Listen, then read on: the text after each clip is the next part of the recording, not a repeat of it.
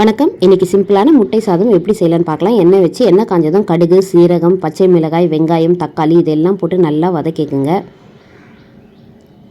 வெங்காயம் ஃபஸ்ட்டு வதங்கின பிறகு தக்காளி சேருங்க. இப்போ கொஞ்சமாக உப்பு சேர்த்து வதக்கி விட்டிங்கன்னா நல்லா வதங்க. இப்போ தக்காளியும் சேர்த்துக்கலாம். சேர்த்துட்டு கொஞ்சம் நேரம் நல்லா வதக்கி விடணும்.